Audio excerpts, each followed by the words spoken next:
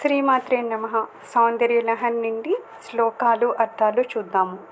శివశక్త్యా యుక్తో యది భవతి శక్తః ప్రభవితుం న చేదేవం దేవో న ఖలు కుశలః స్పందితుమపి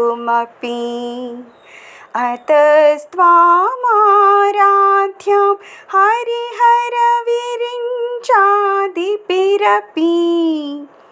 ప్రణంతుం స్తోతుం వా కథమకృతపుణ్య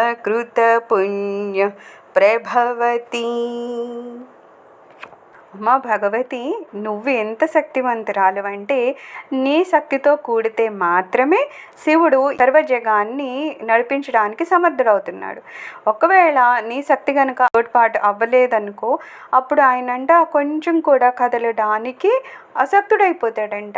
అలాంటి నిన్ను హరి హర బ్రహ్మాదులు పూజిస్తున్నారు కదా, అలాంటి నిన్ను పూజించాలన్నా, నిన్ను మొక్కాలన్నా, స్తుతించాలన్నా ఎవరైతే పూర్వజన్మలో ఎనలేని పుణ్యం చేసుకుంటారో వాళ్ళే చేయగలరు. కానీ ఊరికనే ప్రతివాడు అమ్మవారు పూజ చేయడం లేదు అంటే ఎలా చేయగలరమ్మా? వాళ్ళకి ఇంతకుముందు జన్మలలో అంత పుణ్యం ఉండదు కదా. అందుకని మాకు ఆ పుణ్యం ఉన్నా లేకపోయినా నీ పాద సేవ చేసేటట్లు కరుణించు తల్లి. సర్వం శ్రీమాతృచరణారవిందార్పణమస్తు. లోకా సమస్త సుఖినో భవంతు. ఓం శాంతి శాంతి శాంతి.